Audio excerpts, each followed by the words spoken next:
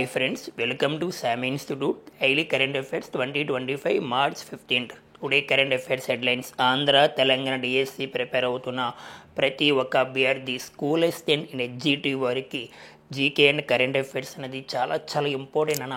Daily notes రాస్తూ ఉండాలి, రెగ్యులర్గా ఫాలో అవుతూ ఉండాలి, అన్ని అంశాలు కూడా కవర్ చేస్తూ ఉండాలి. గత ప్రశ్నాపత్రం ఆధారంగా మీకు డైలీ కరెంట్ అఫైర్స్ ఇవ్వడం జరుగుతుంది. గతంలో ఎవరైనా సరే స్కూల్ అసిస్టెంట్ కానీ ఎగ్జిక్యూటివ్ కానీ 1 or 2 మార్క్స్తో లేదా హాఫ్ మార్కులు మిస్ అయిన వారు ఉంటారు కదా, వాళ్ళు ఎవరో కదన్నా జీకే కరెంట్ అఫైర్స్ లాస్ట్లో ప్రిపేర్ అవుదాంలే, ఏం కాదలే జీకే ఏం కాదులే అని వారి మైండ్ ఫిక్స్ అవుతారు. అలాంటి వారు చాలా ఫీల్ అవుతూ ఉంటారు. ఈసారి అలాంటి తప్పు జరగకుండా, ఈసారి బై మిస్టేక్ అలాంటి జరగకుండా డైలీ ఫాలో అవుదాం. ఎందుకు రాదు చూద్దాం జాబ్ అనేది. రెగ్యులర్గా ఫాలో అవుతూ ఉండాలి. మనం ఏ సబ్జెక్ట్లో వీక్గా ఉన్నామో కంటెంట్ మొత్తం చదివేస్తూ ఉంటాం. ఈ పాటికి కరెంట్ అఫైర్స్ మీద కొద్ది అవగాహన లేకపోవచ్చు. సరే చూద్దాం, ఎందుకు రాదు. రెగ్యులర్ ఫాలో అవుతే ఏ టాపిక్ అయినా ఏ సబ్జెక్ట్ అయినా మనకి ఈజీగా వస్తుందన్నా. మనకు ఒక జాబ్ వస్తే మన లైఫ్ మారుతుంది ఆటోమేటిక్గా. సరే చూద్దాం. Okay, today current affairs headlines. First one, life time achievement award. Life time achievement award వార్తల్లో ఉంది. ఇటీవల కాలంలో బ్రిటన్ పార్లమెంటు మన ఆంధ్రప్రదేశ్కి చెందిన వ్యక్తికి రావడం జరిగింది. ఒక సినీ నటుడు. సినీ ప్రస్థానంలో ఆయనకంటే ఒక గుర్తింపు ఉంది నాన్న. దాదాపుగా 40 years ఒక ప్రస్థానం. పద్మభూషణ్ అవార్డు వచ్చింది, పద్మ విభూషణ్ వచ్చింది, లేటెస్ట్గా ఏఎన్ఆర్ అవార్డు కూడా వచ్చింది ఆయనకి. మీకు ఐడియా వచ్చే ఉంటుంది ఆయన ఎవరో చూద్దాం. నెక్స్ట్ వన్, ప్రపంచ వినియోగదారుల హక్కుల దినోత్సవం వార్తలు ఉంది. ప్రతి సంవత్సరము ప్రపంచ వినియోగదారుల హక్కుల దినోత్సవం ఎప్పుడు జరుపుకుంటామని చూద్దాం. నెక్స్ట్ వన్, రాష్ట్ర పండగ మొల్ల జయంతి. మనకి కవిత్రి మొల్ల అంటమే ఆమె మొల్ల రామాయణం రాసింది కదా, ఆమె జయంతిని ఆంధ్రప్రదేశ్ రాష్ట్ర పండగ ప్రకటించాం. ఇది ఒకటే కాదన్న, మొల్ల జయంతి అంగా చెప్పకూడదు. ఆ చుట్టూ ఉన్న పండగలు ఇటీవల కాలంలో ఆంధ్రప్రదేశ్లో రాష్ట్ర పండగలుగా చాలా ప్రకటించేవన్నీ మాట్లాడాలి. నెక్స్ట్ వన్, టాటా కమ్యూనికేషన్ చైర్మన్గా ఒక వ్యక్తి రావడం జరిగింది. ఆయన ఎవరు, మరి ఎప్పటి నుంచి అధికారంలోకి వస్తారు? నెక్స్ట్ వన్, కెనడా ప్రధానిగా కార్నీ ప్రమాణము. మీకు చెప్పా, కెనడా ప్రధానమంత్రిగా ఒక వ్యక్తి రావడం జరిగిందని. ఆ వ్యక్తి ఎవరు అంటే నిన్నటి రోజున ప్రమాణ స్వీకారం చేస్తారు. ఆయనతో పాటు కొంతమంది మంత్రులు కూడా ప్రమాణ స్వీకారం చేస్తారు. గతంలో ఎవరు ఉండేవారు కెనడా ప్రధానిగా, ప్రజెంట్ ఎవరు వచ్చారు చూడాలి. First current affairs life time achievement award వార్తల్లో ఉంది. ఈ life time achievement award megastar చిరంజీవికి రావడం జరిగింది.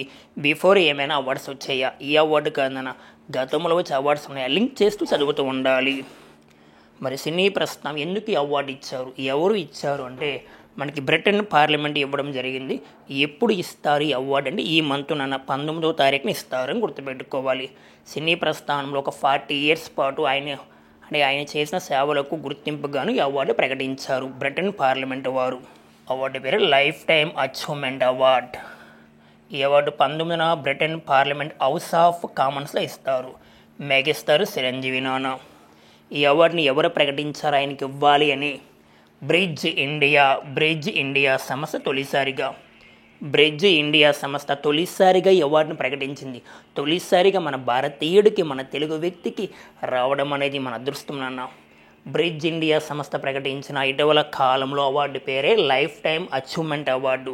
బ్రిటన్ పార్లమెంట్ అని గుర్తుపెట్టుకోవాలి.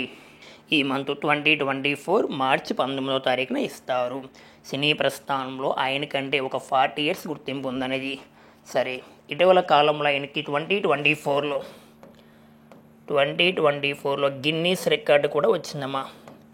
గిన్నీస్ వరల్డ్ రికార్డు కూడా వచ్చింది. లేటెస్ట్గా మనకి 2024లో ఏఎన్ఆర్ అవార్డు వచ్చింది. దీనికి ఏఎన్ఆర్ అక్కినేని నాగేశ్వర అవార్డు కూడా ఇచ్చారు. ఎవరికంటే మెగాస్టార్ చిరంజీవికి ఇచ్చారు. ఏఎన్ఆర్ అవార్డు ఎప్పుడు ప్రారంభించారంటే 2005లో ప్రారంభించారు. అవార్డు యొక్క ప్రైజ్ మనీ 5 lakhs, 5 లక్షలు ఇస్తారు నాన్న. 5 లక్షలు ఇస్తారంట. Very good. మెగాస్టార్ చిరంజీవికి గతంలో ఏమైనా అవార్డ్స్ వచ్చాయా మాస్టారు? వచ్చాయి. 2006లో పద్మభూషణ్ అవార్డు వచ్చింది. పద్మభూషణ్. Very good master. ఈ అవార్డు వచ్చింది, ఇంకేమీ రాలేదా? వచ్చింది, ఇంకో అవార్డు ఉంది.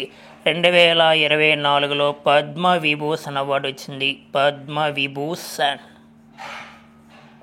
ఇక్కడ మనం గుర్తుపెట్టుకోవలసింది భారతదేశంలో అత్యున్నత పౌర పురస్కారం పిలుస్తమే భారతరత్న, రెండవ అత్యున్నత పౌర పురస్కారం పద్మవిభూషణ్, మూడవ అత్యున్నత పౌర పురస్కారం పద్మభూషణ్, 4 పద్మశ్రీ. ఏదైనా చిన్న కేటగిరీలో అవార్డు వస్తే పెద్ద కేటగిరీలో తర్వాత వస్తుంది. ఒకవేళ స్టార్టింగ్ పెద్ద కేటగిరీలో వస్తే చిన్న కేటగిరీ ఎవరు? ఇప్పుడు ఈయనకు వస్తే ఏమొస్తుంది? భారతరత్న అవార్డు రావచ్చు అప్కమింగ్. ఎవరికి? మెగాస్టార్ చిరంజీవికి అని గుర్తుపెట్టుకోవాలి. ఈయనకి 2006లో పద్మభూషణ్ వచ్చింది, 2024లో పద్మవిభూషణ్, అదే 2024లో ఏఎన్ఆర్ అవార్డు కూడా ఇచ్చారు. ఓకేనా? ఇక్కడ పద్మ అవార్డులు వార్తల్లో ఉన్నాయి కావున జస్ట్ ఒక పాయింట్. పద్మ అవార్డులని 1954లో ప్రారంభించారు నాన్న. పద్మవిభూషణ్, పద్మభూషణ్, పద్మశ్రీ 2024లో ఎంతమందికి ఇచ్చారు నాన్న పద్మ అవార్డులని అంటే 139 మందికి ఇచ్చారు. 139 మెంబర్స్కి ఇచ్చారు. దీంట్లో పద్మవిభూషణ్ 7 మెంబర్స్ అని గుర్తుపెట్టుకోవాలి. ప్రధానంగా పద్మవిభూషణ్ గుర్తుపెట్టుకోవాలి, 7 మెంబర్స్. మనకి 2024లో పద్మవిభూషణ్ 5 మెంబర్స్కి వచ్చింది. మెగాస్టార్ చిరంజీవి, బిందేశ్వర్ పాఠక్, వైజయంతిమాలా బాలి,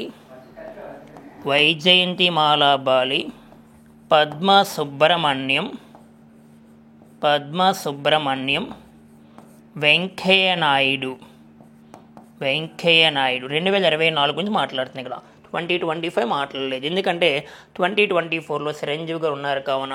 2024లో పద్మవిభూషణ్ 5 మెంబర్స్కి వచ్చిందన్నాం కదా, ఆ 5 మెంబర్స్లో చిరంజీవి ఒక వ్యక్తి. చిరంజీవి, బిందేశ్వర్ పాఠక్, వైజయంతిమాలా బాలి, పద్మ సుబ్రహ్మణ్యం, వెంకయ్య నాయుడు. ఇలా లింక్ చేస్తూ ఉండాలి పాయింట్స్. ఈరోజు వచ్చే పాయింట్ కన్నా గత ప్రీవియస్ పాయింట్స్ ఏమైనా ఉన్నాయా మనం కవర్ చేస్తూ ఉండాలి. బ్రిటన్ వార్తల్లో ఉంది కావున బ్రిటన్ ప్రజెంట్ ప్రధానమంత్రి ఎవరు నాన్న? Keir Starmer. ప్రజెంట్ బ్రిటన్ రాజు చార్లెస్ త్రీ. ఈయన మన భారతదేశానికి పర్యటన కూడా వచ్చారు చాలాసార్లు. Charles three. బ్రిటన్ క్యాపిటల్ స్టాక్జీకి యాడ్ చేస్తున్న లండన్ ఏ నది ఒడ్డున ఉందని గత ప్రీవియస్ డిఎస్సీలు అడిగాడు నాన్న. లండన్ ఏ నది ఒడ్డున ఉందమ్మా? థేమ్స్ నది ఒడ్డున ఉంది. ప్రపంచంలో తొలిసారిగా భూగర్భ రైలు ఏ దేశంలో ఏర్పాటు చేశారు? ఏ దేశంలో ప్రారంభించారు? బ్రిటన్. ప్రపంచంలో తొలిసారిగా భూగర్భ రైలు ప్రారంభించింది బ్రిటన్ అన్న. లండన్ అన్నా, బ్రిటన్ అన్నా, ఇంగ్లాండ్ అన్నా, రవి అస్తమించే సామ్రాజ్యం అన్నా, సముద్రాలు రాణి అన్నా, సాగర్ రాణి అన్నా మనకి చరిత్రలో ఉంటాయి. ఇలాంటి పేర్స్, ఇలాంటి నేమ్స్ ఉంటాయి, చూస్తూ ఉండాలి. ఓకేనా? కవర్ చేస్తూ ఉండాలి పాయింట్స్ అన్నీ కూడా. Okay friends, next current affairs మనం చూస్తే ప్రపంచ వినియోగదారుల హక్కుల దినోత్సవం వార్తలో ఉంది. ప్రపంచ వినియోగదారుల హక్కుల దినోత్సవం మరి ప్రతి సంవత్సరం ఎప్పుడు జరుపుకుంటే మార్చి 15వ తారీఖున జరుపుకుంటాం. 2025 థీమ్ ఏంటి? ఇతివృత్తం ఏంటి? మా థీమ్ అంటే ఇతివృత్తము, అంటే 2025కి సంబంధించి చూస్తే ఏ just translation to sustainable life style అని గుర్తుపెట్టుకోవాలి. సుస్థిర అభివృద్ధికి సంబంధించి అంటే థీమ్ ఇవ్వడం జరిగింది. 2025 ప్రపంచ వినియోగదారుల హక్కుల దినోత్సవం థీమ్. ప్రతి సంవత్సరం ఏ రోజు జరుపుకుంటాం? మార్చి 15వ తారీఖున జరుపుకుంటాం. జాతీయ వినియోగదారుల దినోత్సవం, జాతీయ వినియోగదారులు నేషనల్ కన్జ్యూమర్స్ డే. జాతీయ వినియోగదారుల దినోత్సవం ప్రతి సంవత్సరం అయితే మనకి డిసెంబర్ 24వ తారీఖున జరుపుకుంటారు. ఓకేనా? అది వేరు, ఇది వేరు. ఇక్కడ మనం మార్చ్ మంత్లో ఉన్నాం కాన కొన్ని డేట్స్ ఇంపార్టెంట్ గుర్తుపెట్టుకోవాలి. మార్చ్ 20 అని ఇది ఓన్లీ స్టాక్ జీకే పర్పస్లో, కరెంట్ అఫైర్స్ పర్పస్ కాదు. 21, 22, 23, 24 ప్రధానంగా అడిగే ప్రశ్నలు ఎక్కువ సార్లు. మార్చ్ 20 అంటే వరల్డ్ హ్యాపీనెస్ డే. ప్రపంచ సంతోష దినోత్సవం ఎప్పుడు జరుపుకుంటాం? ఎవ్రీ ఇయర్ మార్చి 20వ తారీఖున. మార్చి 20 మరొక ఇంపార్టెన్స్ వరల్డ్ స్పారో డే. ప్రపంచ పిచ్చుకల దినోత్సవం జరుపుకుంటాం, వరల్డ్ స్పారోస్ డే. మార్చి 21 వరల్డ్ ఫారెస్ట్ డే. ప్రపంచ అటవీ దినోత్సవం మార్చి 21. మార్చి 22 వరల్డ్ వాటర్ డే. ప్రపంచ నీటి దినోత్సవాన్ని మార్చి 22వ తారీఖున జరుపుకుంటాం. మార్చి 23 వరల్డ్ మెట్రలాజికల్ డే, ప్రపంచ వాతావరణ దినోత్సవము. మార్చి 24 వరల్డ్ టీబీ డే, ప్రపంచ టీబీ దినోత్సవం పిలుస్తాం నాన్న. మార్చి 8 కూడా ఇంపార్టెంట్ మీకు, ఇంటర్నేషనల్ ఉమెన్స్ డే. ఓకేనా? Okay friends, next current affairs రాష్ట్ర పండగగా మొల్ల జయంతి, మొల్ల రామాయణము. ఆంధ్రప్రదేశ్లో జన్మించిన ఈమె మొల్ల రామాయణాన్ని రాయడం జరిగింది. కవయిత్రి మొల్ల అని పిలుస్తామే, మొల్ల రామాయణాన్ని రాసింది. ఈమెకు మంచి పేరు ఉంది నాన్న ఆంధ్రప్రదేశ్లో. ఈమె జయంతిని ఇవన్నీ బ్యాక్గ్రౌండ్ మీకు అంటే తెలుగు పుస్తకాలు వస్తాయి, బ్యాక్గ్రౌండ్ తెలుగు పుస్తకాల్లో అంత మీరు చదువుకుంటారు కంటెంట్ పర్పస్. ఇక్కడ మొల్ల జయంతిని రాష్ట్ర పండగగా ఇటీవల కాలంలో ఏ రాష్ట్రం ప్రకటించింది? ఇంతకీ మొల్ల జయంతి ఎప్పుడంటే మార్చి 13వ తారీఖున, నిన్నటి రోజున మనకి జరిగింది కదా ఆటోమేటిక్గా. దాన్ని మనం ఎలా ప్రకటించామంటే రాష్ట్ర పండగ ప్రకటించాం మార్చి 13. మొల్ల జయంతి మార్చి 13 ఆంధ్రప్రదేశ్ రాష్ట్ర పండగ. ఇప్పుడు దీన్ని బేస్ చేసి ఇటీవల కాలంలో ఏమైనా ఇంపార్టెన్స్ ఉన్నాయో ఆ ఇంపార్టెన్స్ని రాష్ట్ర పండగలుగా ప్రకటించారు. ఇవన్నీ లింక్ చేస్తూ ఉండాలి. చూద్దాం. జనవరి 19 మనకి యోగి వేమన్న అంటాం. యోగి వేమన్న ఆంధ్ర కబీర్ అంటే కడప జిల్లాలో జన్మించిన ఒక వ్యక్తి, ఆంధ్ర కబీర్గా పేరు పొందిన ఒక వ్యక్తి యోగి వేమన్న జయంతి జనవరి 19 కూడా ఆంధ్రప్రదేశ్ ఎలా ప్రకటించింది? రాష్ట్ర పండగ ప్రకటించింది, ఏపీ ఫెస్టివల్గా ప్రకటించింది. వేమన జయంతిని కూడా రాష్ట్ర పండగ ప్రకటించాం. Very good. అలాగే మనకి మార్చి 13 కవయిత్రి మొల్ల జయంతిని కూడా రాష్ట్ర పండగ ప్రకటించాం. అలాగే సెప్టెంబర్ 17 విశ్వకర్మ జయంతి, విశ్వకర్మ జయంతిని కూడా రాష్ట్ర పండగగా ప్రకటించాం. అలాగే నన్ను మనకి నవంబర్ 18 కనకదాస్ అంటాం, కనకదాస్. ఈ కనకదాస్ జయంతిని కూడా రాష్ట్ర పండగగా ప్రకటించాం. చూడన్న, మొల్ల జయంతి రాష్ట్ర పండగ, వేమన జయంతి రాష్ట్ర పండగ, విశ్వకర్మ రాష్ట్ర పండగ, కనకదాస్ జయంతిని కూడా ఆంధ్రప్రదేశ్ రాష్ట్ర పండగ ప్రకటించాం. అలాగే లేటెస్ట్గా రథసప్తమి అంటారు. రథసప్తమి తెలుస్తుందన్న. ఈ రథసప్తమిని కూడా ఆంధ్రప్రదేశ్ రాష్ట్ర పండగగా ప్రకటించాం.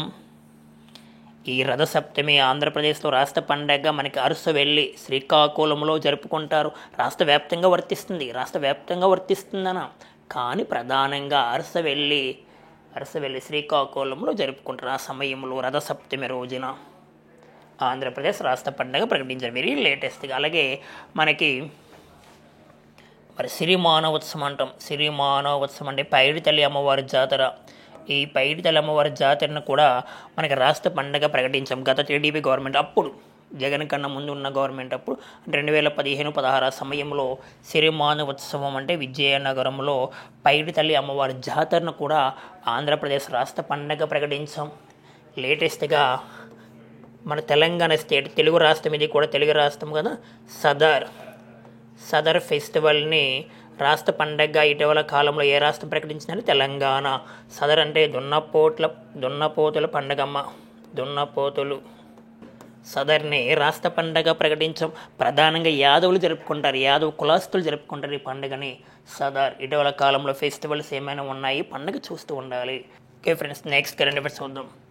Next one, Tata Communications chairman, Tata group చెందిన ఒక వ్యక్తి రతన్ టాటా గారు చనిపోయారు. ఆయనకి పద్మవిభూషణ్ అవార్డు వచ్చింది. అలాగే 2023లో మహారాష్ట్ర భూషణ్ అవార్డు వచ్చింది. ఇవన్నీ మాట్లాడుకున్నాం. అలా మన టాటా గ్రూప్ సంస్థ అయిన టాటా కమ్యూనికేషన్స్కి చైర్పర్సన్గా ఒక వ్యక్తి రావడం జరిగింది. ఆ వ్యక్తి ఎవరంటే గణపతి సుబ్రహ్మణ్యన్. వార్తలో ఉన్న వ్యక్తులు అంటాం, వార్తల్లో ఉన్న వ్యక్తులు, ఇంపార్టెంట్ పర్సన్స్, అపాయింట్మెంట్స్ అంటాం. ఆ పర్సన్ ఎవరు, ఆ సంస్థ పేరు ఏం పేరు, ఏ పర్సన్ వచ్చాడు. పేపర్ టఫ్గా ఇవ్వాలనుకుంటే మనకి మ్యాచింగ్ ఇస్తాడు, జాబితా 1, జాబితా 2. ఈజీ ప్రాసెస్ అంటే డైరెక్ట్ క్వశ్చన్. ఇటీవల కాలంలో టాటా గ్రూప్ చైర్పర్సన్ ఎవరు వచ్చారు, లేదా టాటా కమ్యూనికేషన్స్కి చైర్పర్సన్ ఎవరు వచ్చారు? గణపతి సుబ్రహ్మణ్యన్. అంటే టాటా గ్రూప్ సంస్థ, టాటా కమ్యూనికేషన్స్. మరి ఎప్పటి నుంచి అమల్లోకి వస్తారు అంటే ఈ రోజు నుంచే 2025 మార్చి 14 నుండి నియామకం అమలవుతుంది. ఇక్కడ కనిపిస్తున్నారు కదా ఈ గుండె అయినా. సరే, నెక్స్ట్ కరెంట్ అఫైర్స్. కెనడా ప్రధానిగా కార్నీ ప్రమాణము. మీకు గత కరెంట్ అఫైర్స్లో కెనడా కొత్త ప్రధాని వస్తున్నారు. జస్టిన్ ట్రూడో ఉండేవారు బిఫోర్. జస్టిన్ ట్రూడో ఉండేవారు. ఈయన జనవరిలో రాజీనామా చేస్తారు. ఎందుకంటే అమెరికా ఆ దేశం పైన ఆంక్షలు విధిస్తుంది, కొన్ని కారణాలు పన్నులు విధిస్తుంది, సుంకం విధిస్తుంది. ఈ సమయంలో ఆయన అంటే ప్రధానిగా రాజీనామా చేస్తారు జస్టిన్ ట్రూడో. ఇప్పుడు లిబరల్ పార్టీకి చెందిన ఒక వ్యక్తి కెనడాకు ఎన్నవ ప్రధానిగా వచ్చారంటే 24th ఆయన ఇటీవల కాలంలో నియమించారు. ఇప్పుడు ప్రమాణ స్వీకారం చేస్తారు. ఏ రోజునంటే మార్చి 24వ తారీఖున అంటాడమ్మా, మార్చి 15వ తారీఖు, మార్చి 16వ తారీఖు ఆప్షన్ ఇస్తాడు. అంటే మన డిఎస్సి పర్పస్లో కాబట్టి అంత కష్టంగా ఇవ్వకపోవచ్చు. ఇటీవల కాలంలో కెనడా ప్రధానమంత్రిగా ఎవరు వచ్చారు సరిపోతుంది ఆ పేరు, మార్క్ కార్నే. ఎప్పుడు అంటే మార్చి 14, 2025 ప్రమాణ స్వీకారం చేశారు. నిన్నటి రోజున అంటే కెనడాకు 24వ ప్రధానిగా. ఏ పార్టీనా? లిబరల్ పార్టీకి చెందిన వ్యక్తి. ఈయనతో పాటుగా మరొక 23 మంది మంత్రులు కూడా ప్రమాణ స్వీకారం చేశారు. ఓకేనా? మరి కెనడా వార్తల్లో ఉంది కావున రాజధాని మనకు డిఎస్సి పర్పస్ గుర్తుపెట్టుకోవాలి, వటావా. గత డిఎస్సిలో అడిగిన ప్రశ్న ఏంటంటే ప్రపంచంలో తీరరేఖ పొడవైన దేశం ఏంటి అన్నాడు. ప్రపంచంలో తీరరేఖ పొడవైన దేశం కెనడా. విస్తీర్ణ పరంగా పెద్ద దేశం రష్యా అని గుర్తుపెట్టుకోవాలి. ఆయుధాలు సప్లై చేసే దేశం అయితే మనకు అమెరికా గుర్తుపెట్టుకోవాలి. ఆర్థిక వ్యవస్థ ఫస్ట్ ప్లేస్ అమెరికా గుర్తుపెట్టుకోవాలి.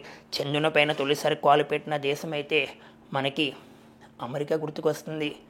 అదే అంతరిక్ష రంగంలో అడిగిపెట్టిన తొలి దేశం అయితే రష్యా గుర్తు రావాలి. ఇలా పాయింట్స్ లింక్ చేస్తూ ఉండాలి. Okay friends, next current affairs మనం చూస్తే ఒక ఇటుకలు వార్తల్లో ఉన్నాయి, బ్రిక్ అని పిలుస్తాం. ఆ ఇటుకల పేర్లు మైసీలియం అనే ఇటుకల్ని ఇటీవల కాలంలో ఐఐటి వారు అభివృద్ధి చేశారు. అంటే మనం ఏదైనా హౌస్ కట్టుకుంటాం, బిల్డింగ్ కట్టినప్పుడు ఇటుక వాడుతూ కన్నా బ్రిక్, అలాంటి ఇటుకలు. అయితే దీని ఉపయోగం ఏంటంటే పర్యావరణానికి ఎటువంటి హాని లేకుండా కర్బన ఉద్గారాలు తగ్గించే దిశగా ఇవి తయారవుతున్నాయి. ఐఐటి వారు, ఐఐటి మద్రాస్ సరిపోతుంది. ఐఐటీస్ అంటే సింగిల్ లైన్ క్వశ్చన్స్. ఐఐటి మన గ్రూప్ 2 లెవెల్లో కూడా సింగిల్ లైన్ క్వశ్చన్స్ అడుగుతారు. దాని ఇంపార్టెన్స్ ఏంటి ఐఐటి వారు తీసుకొచ్చారు. ఇక మీకు అనిపిస్తే మైసీలియం అనే ఇటుకలు ఇటీవల కాలంలో ఐఐటి వారు అభివృద్ధి చేస్తారు, ఐఐటి మద్రాస్. దీని ఉపయోగం పర్యావరణానికి ఎటువంటి హాని జరగదు, పర్యావరణ రహితం అని గుర్తుపెట్టుకోవాలి. కర్బన ఉద్గారాలు తగ్గించడం కోసము అని ఉపయోగిస్తూ ఉంటారు. ప్రస్తుతం భారతదేశంలో ఎన్ని ఐఐటీస్ ఉన్నాయండి? 23 ఐఐటీస్ ఉన్నాయి. దీంట్లో ప్రధానంగా బెస్ట్ ఐఐటీగా ఏది పేరు ఉందంటే ఐఐటి మద్రాస్. ఐఐటీస్ ఓన్లీ మన ఇండియా కన్నా ప్రపంచవ్యాప్తంగా విస్తరించి ఉన్నాయి. మన ఐఐటీస్, మన టెక్నాలజీ అన్ని దేశాల వరకు ఉపయోగిస్తున్నారు. ఐఐటి మద్రాస్ని ఫస్ట్ బ్రాంచ్గా ఏ దేశంలో ఏర్పాటు చేసాం? తాంజానియా దేశంలో ఏర్పాటు చేసాం. తాంజానియా జాంజిబర్ అనే ప్రాంతంలో, తాంజానియా అంటే IIT Madras first branch Tanzania. ఇక్కడ ఐఐటి తాంజానియా అంటే ఐఐటి అంటే ఇండియా అని గుర్తుపెట్టుకోవాలి. మరి ఐఐటి తాంజానియాకి పాస్ట్ ఉమెన్ ప్రెసిడెంట్గా ఎవరు ఉన్నారు? ఒక మహిళ పనిచేశారు కూడా. ప్రీతి అగలయం. ఓకేనా? ఐఐటి తాంజానియా పాస్ట్ ఉమెన్ ప్రెసిడెంట్గా పనిచేస్తారు. ఇక్కడ ఐఐటి మద్రాస్ వార్తలో ఉంది. కానీ ఇటీవల కాలంలో ఐఐటి మద్రాస్ వికలాంగుల కోసం, దివ్యాంగుల కోసం, వాళ్ళు అంటే దివ్యాంగులు ఈజీగా నడవడానికి, వారికి ఎటువంటి ఇబ్బంది లేకుండా ఒక వీల్ చైర్ని ఏర్పాటు చేస్తారు. దాని పేరు నియో స్టాండ్ అనే వీల్ చైర్ని ఏర్పాటు చేసింది ఐఐటి మద్రాస్. అలాగే సెప్టిక్ ట్యాంకులు క్లీన్ చేసినప్పుడు మన మనుషులు దూకుతూ ఉంటారు, మనుషులు లోపలికి వెళ్తూ ఉంటారు. మనుషులు కాకుండా ఒక రోబోని ఏర్పాటు చేస్తారు. హోమోసెఫ్ అనే రోబోని ఎవరంటే ఐఐటి మద్రాస్. హోమోసెఫ్ అనే రోబో అంటే గుర్తు రావాల్సింది ఐఐటి మద్రాస్. అలాగే పంట రవాణా కోసం రైతులు పండించే పంటను వాళ్ళు రవాణా చేయడానికి, ఒకేసారి తీసుకెళ్ళడానికి మోనోట్రైన్ తీసుకొచ్చింది ఐఐటి మద్రాస్. ఎవరినానా? ఐఐటి మద్రాస్. అలాగే వికలాంగులు, దివ్యాంగులు నడవటానికి కదం అనే ఒక మోకాలను ఏర్పాటు చేస్తారు. కదం అనే కృత్రిమ మోకాలు, ఆర్టిఫిషియల్ అంటాం. కదం అనే కృత్రిమ మోకాలు ఇది కూడా ఏర్పాటు చేసింది ఐఐటి మద్రాస్. ఇలా ఏదైనా కొన్ని పాయింట్స్ నేను తీసుకోవాలి. కదం అనే కృత్రిమ మోకాలు కానీ, మోనోట్రైన్ కానీ, హోమోసెఫ్ రోబోన్ కానీ, నియో స్టాండ్ వీల్ చైర్ కానీ, మనకి మైసీలియం ఇటుకలు అనే పదాలు కనిపిస్తే ఐఐటి మద్రాస్. ప్రస్తుతం ఇండియాలో 23 ఐఐటీస్ ఉన్నాయి. దాంట్లో బెస్ట్ ఐఐటీగా ఐఐటి మద్రాస్ని పిలవాలి. ఓకే ఫ్రెండ్స్, నెక్స్ట్ క్వశ్చన్ చూస్తే ఎస్సీ విద్యార్థులకు స్వాంతన పథకము అంటే పథకాలు అని పిలుస్తాం.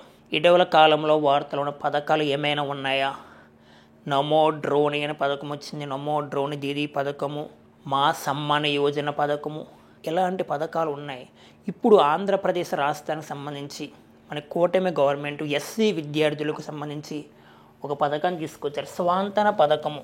అంటే ఇటీవల కాలంలో స్వాంతన పథకం ఎస్సీ విద్యార్థులకు ఏ రాష్ట్రం ప్రారంభించిందంటే ఆంధ్రప్రదేశ్ అని గుర్తుపెట్టుకోవాలి. ఆంధ్రప్రదేశ్.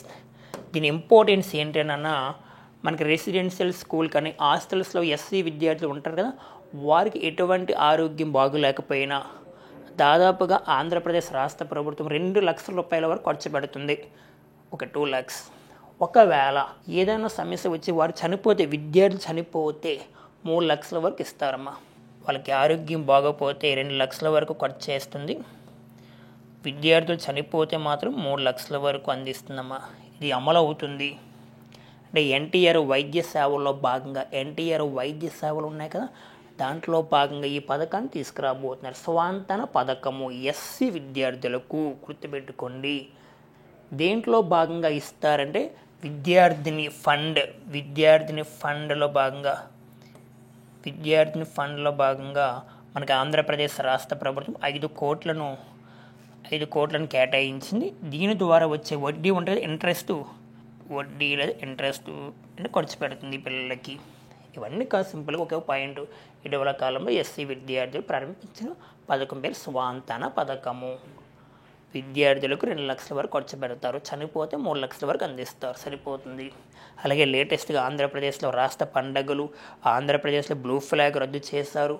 దేనికంటే మనకి మరుసికొండ బీచ్కి ఇటీవల కాలంలో ఆంధ్రప్రదేశ్ పాత పేర్లు, కొత్త పేర్లు ఏమైనా ఉన్నాయా చూస్తూ ఉండాలి. ఆంధ్రప్రదేశ్లో ఏమైనా విమానాశ్రయాలు వస్తున్నాయా? ఆంధ్రప్రదేశ్లో పల్లె పండుగ వచ్చింది, పల్లె పండుగను అని ప్రారంభించారు. దేశంలో తొలిసారిగా వాట్సాప్ సేవలను ప్రారంభించిన రాష్ట్రం మన మిత్ర అనే పేరుతో ప్రారంభించింది ఏ రాష్ట్రం అంటే ఆంధ్రప్రదేశ్. ఇవన్నీ చూస్తూ ఉండాలి points. Okay friends, next current affairs మనం చూస్తే దక్షిణాదిలోనే వాటర్లు ఎక్కువని ఇటీవల కాలంలో కేంద్ర ఎన్నికల సంఘం వారు ఒక రిపోర్ట్ ఇచ్చారు. అంటే దక్షిణాది రాష్ట్రంలోనే వాటర్లు ఎక్కువ. ఓవరాల్గా జనాభా పరంగా విషయానికి వస్తే దక్షిణాది రాష్ట్రాలు తక్కువ అవ్వచ్చు, ఉత్తరాది రాష్ట్రాల్లోనే జనాభా ఎక్కువ ఉన్నారు. కానీ వాటర్ల పర్పస్ చూసుకుంటే దక్షిణాది రాష్ట్రాలు ఎక్కువ అని చెప్పడం జరిగింది. దక్షిణాది రాష్ట్రాలు ప్రధానంగా అంటే ఆంధ్రప్రదేశ్, తెలంగాణ, కర్ణాటక, కేరళ, తమిళనాడు, మీకు ఐడియా ఉంటుంది. మనం చూస్తే ఉత్తరాది రాష్ట్రాల్లో జనాభా ఎక్కువ కానీ వాటర్లు నమోదైన వారి సంఖ్య తక్కువ. కానీ దక్షిణాదిలో అలా కాదు. లోక్సభ నియోజకవర్గాల విషయానికి వస్తే ఉత్తరాదిలో యూపీ, రాజస్థాన్ వంటి రాష్ట్రాలు సగటున ఒక లోక్సభ స్థానంలో 32 లక్షల జనాభా ఉంటే దక్షిణాదిలో 22 నుంచి 23 లక్షల మంది ఉన్నారు. కానీ ఒక్కో సెగ్మెంట్లో ఉత్తరాదిలో సగటున 19 లక్షల మంది వాటర్లు ఉంటే కర్ణాటక, తెలంగాణ వంటి రాష్ట్రాలు సగటు అంతకంటే ఎక్కువ వాటర్లు ఉన్నారంట. ఇక మనం చూస్తే లోక్సభ స్థానంలో జనాభా లక్షల్లో చూద్దాం నాన్న. ఇక్కడ బ్లూ కలర్లో ఇచ్చింది ఏంటంటే లోక్సభ స్థానంలో జనాభా, ఒక రెడ్ కలర్లో వాటర్లు ఇచ్చారు. ఫస్ట్ వన్ రాజస్థాన్ ఇచ్చామా. రాజస్థాన్ లోక్సభ స్థానంలో జనాభా ఎందని 33%. అదే వాటర్లు అయితే 21% ఇచ్చారు. బీహార్లో 32%, 19. అంటే లోక్సభ స్థానంలో జనాభా అయితే 32% ఉన్నారు బీహార్లో. అదే వాటర్ల పరంగా అయితే మాత్రం 19%. అండ్ యూపీ అయితే 31%, 19 ఉన్నారు. శాతం లక్షల పరంగా, లక్షల్లో చూసుకుంటే ఇక్కడ ప్రధానంగా లక్షల్లో. అండ్ నెక్స్ట్ వన్ కర్ణాటక 24, 19 ఇచ్చాడు. నెక్స్ట్ తెలంగాణ 23, 19 ఇచ్చాడు. నెక్స్ట్ ఆంధ్రప్రదేశ్ 21, 16. తమిళనాడు 20, 16 ఇచ్చాడు. ఇక్కడ మీరు చూస్తే అబ్జర్వ్ చేస్తే ఇక బ్లూ కలర్లో కనిపిస్తుంది లోక్సభ స్థానంలో జనాభా లక్షల్లో. వాటర్ల పర్పస్లో అయితే మాత్రం రెడ్ కలర్ చూసుకోండి, మీకు ఐడియా వస్తుంది. మరి ఇక్కడ భారతదేశ ఎన్నికల సంఘము తెలుసుకోవాలి. భారతదేశ ఎన్నికల సంఘము అంటే ఇండియన్ ఎలక్షన్ కమిషన్. భారతదేశ ఎన్నికల సంఘం 1950 జనవరి 25వ తారీఖున ఏర్పాటైంది. 1950 జనవరి 25వ తారీఖున ఏర్పాటైంది. భారత రాజ్యాంగంలో భారత ఎన్నికల సంఘం గురించి ఏ భాగంలో ప్రస్తావించారు అంటే 15వ భాగంలో ప్రస్తావించారు. ఆర్టికల్ 324 ఏం చెప్తుందంటే 324 భారతదేశ ఎన్నికల కమిషన్ గురించి తెలియజేస్తుంది. భారతదేశ ఎన్నికల కమిషన్ గురించి తెలియజేసే ఆర్టికల్ 324. 326 ఆర్టికల్ వయోజన ఓటు హక్కు గురించి తెలియజేస్తుంది. గతంలో 61వ రాజ్యాంగ సవరణ చట్టము 61 అమెండ్మెంట్ యాక్ట్ ద్వారా మనకి 21 ఇయర్స్ ఉన్న ఓటు హక్కుని 18 సంవత్సరాలు తగ్గించారు. అప్పుడు మన భారత ప్రధాని రాజీవ్ గాంధీ మీకు ఐడియా ఉంటుంది. ఇలా భారత రాజ్యాంగంలో ఆర్టికల్ 324 భారతదేశ ఎన్నికల సంఘం తెలియజేస్తుంది. ఆర్టికల్ 326 వయోజన ఓటు హక్కు, రైట్ టు ఓట్ అని చెప్పాలి. ఇటీవల కాలంలో 18 లోక్సభ ఎలక్షన్ జరిగాయి. మొత్తం 7 దశల్లో జరిగాయి. 2024 జూన్ 1 వరకు జరిగాయి 2024 జూన్ 4వ తారీఖున రిజల్ట్ వచ్చింది. జూన్ 9వ తారీఖున మోడీ గారు 3వసారి ప్రమాణ స్వీకారం చేశారు. మీకు ఐడియా ఉంది. ఇలా చూస్తూ ఉండాలి. ఒక పాయింట్స్ వస్తే దాని బ్యాలెన్స్ అన్ని పాయింట్స్ చూస్తూ ఉండాలి. అప్పుడే మనకు ప్లస్ అవుతుంది. మరి ఇక్కడ భారతదేశ ఎన్నికల సంఘం వార్తల్లో వచ్చింది కావున ఎన్నికల కమిషనర్లు ఎవరు? ప్రస్తుతం చీఫ్ ఎలక్షన్ కమిషనర్ ఎవరు అంటాడమ్మా? భారతదేశానికి 26వ ఎన్నికల కమిషనర్, ప్రధాన ఎన్నికల కమిషనర్గా పనిచేసిన వ్యక్తి జ్ఞానేష్ కుమార్.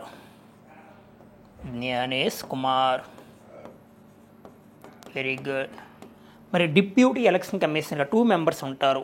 వెరీ రీసెంట్గా కొత్త పర్సన్ వచ్చాడు. ఆ వ్యక్తి పేరు వివేక్ జోషి. మరొక వ్యక్తి ఎవరు మాస్తారు అంటే సుఖబీర్ సింగ్ సంతు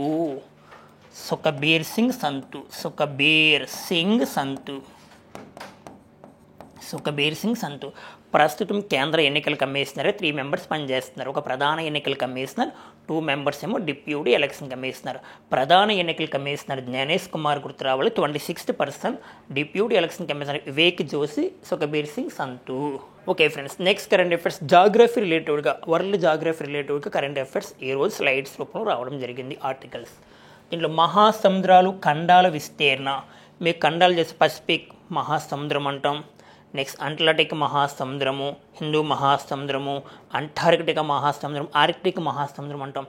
అయితే ఈ మహాసముద్రాలు ఏ ఖండాలు విస్తరించి ఉంది? గ్యారెంటీ క్వశ్చన్ వస్తుంది సార్ మీకు. World geography relative current affairs basis అడుగుతాడు. ఇక్కడ మనం చూసే భూ ఉపరితలం 3/2 పైగా నీటితోనే నిండి ఉంటుంది. మరి అందులో ఎక్కువ భాగం మహాసముద్రాలు ఆవరించి ఉంటాయంట. మరి సముద్రాల శాస్త్రీయ అధ్యయనం ఏమంటామా అంటే ఓషనోగ్రఫీ అని పిలుస్తారు. క్వశ్చన్ అడగవచ్చు. ఓషనోగ్రఫీ అంటే సముద్రాల గురించి చెప్పే శాస్త్రం. మరి వీటి అధ్యయనం కోసం మొదటి శాస్త్రీయ పరిశోధన 1872 నుంచి 76 మధ్య జరిగింది. మరి ఇందులో భాగంగా చార్లెస్ వివేల్లీ థామ్సన్, జాన్ ముర్రే నాయకత్వంలో 243 మంది శాస్త్రజ్ఞులు ఛాలెంజర్ నౌకలో 1,25,000 కిలోమీటర్లు ప్రయాణించారు. ఈ యాత్రకు ఇంగ్లాండ్ ప్రభుత్వం ఆర్థిక సహకారం అందించింది. మీకు చరిత్రలో చదివే ఉంటారు, చరిత్ర కన్నా జాగ్రఫీ, వరల్డ్ జాగ్రఫీలో. అందులో కూడా మీకు ప్లస్ అవుతుంది. ఇక్కడ మనకి ఇచ్చే పాయింట్స్ చూద్దాం. ఇక్కడ మహాసముద్రాలు అంటే విస్తరించుకున్న ఖండాలు చూద్దాం. పసిఫిక్ మహాసముద్రంలో ఏ ఖండాలు విస్తరించి ఉన్నాయంటే ఆసియా, ఆస్ట్రేలియా, ఉత్తర అమెరికా, దక్షిణ అమెరికాల మధ్య. అంటే ఇక్కడ ఆసియా, ఆస్ట్రేలియా, ఉత్తర అమెరికా, దక్షిణ అమెరికాల మధ్య విస్తరించున్న సముద్రం పేరే పసిఫిక్ అని గుర్తుపెట్టుకోవాలి. Next one Atlantic. మరి అట్లాంటిక్ అని గుర్తు రావాల్సింది ఉత్తర అమెరికా, దక్షిణ అమెరికా, ఐరోపా, ఆఫ్రికాల మధ్య ఉంది. నెక్స్ట్ వన్ హిందూ మహాసముద్రం Asia, Africa, Australia. Next one Antarctica చుట్టూ వ్యాపించి ఉంది అంట. నెక్స్ట్ ఆర్కిటిక్ మహాసముద్రము చూస్తే ఆసియా, ఐరోపా, ఉత్తర అమెరికా ఖండాల ఉత్తర అంచు పైన విస్తరించి ఉంది. చూడండి ప్లస్ అవుతుంది.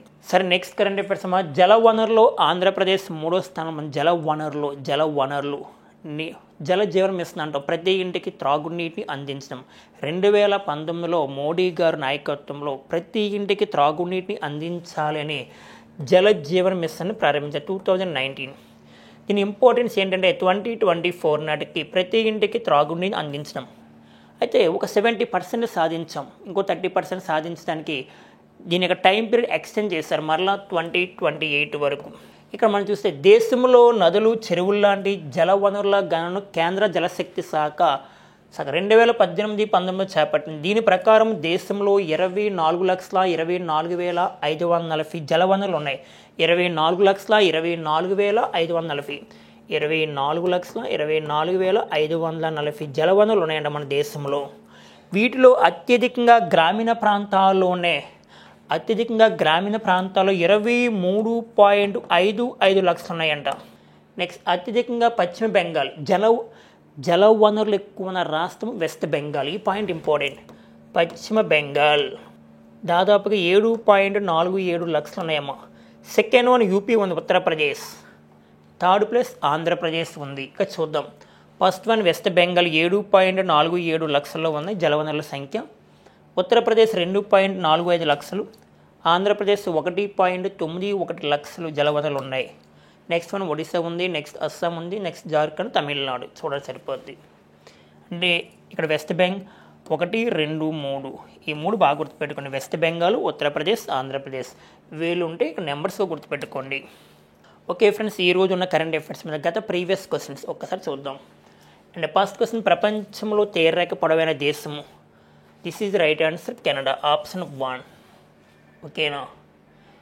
మరి కెనడా రాజధాని ఒటావా అని పిలుస్తారు. అమెరికా రాజధాని వాషింగ్టన్ DC.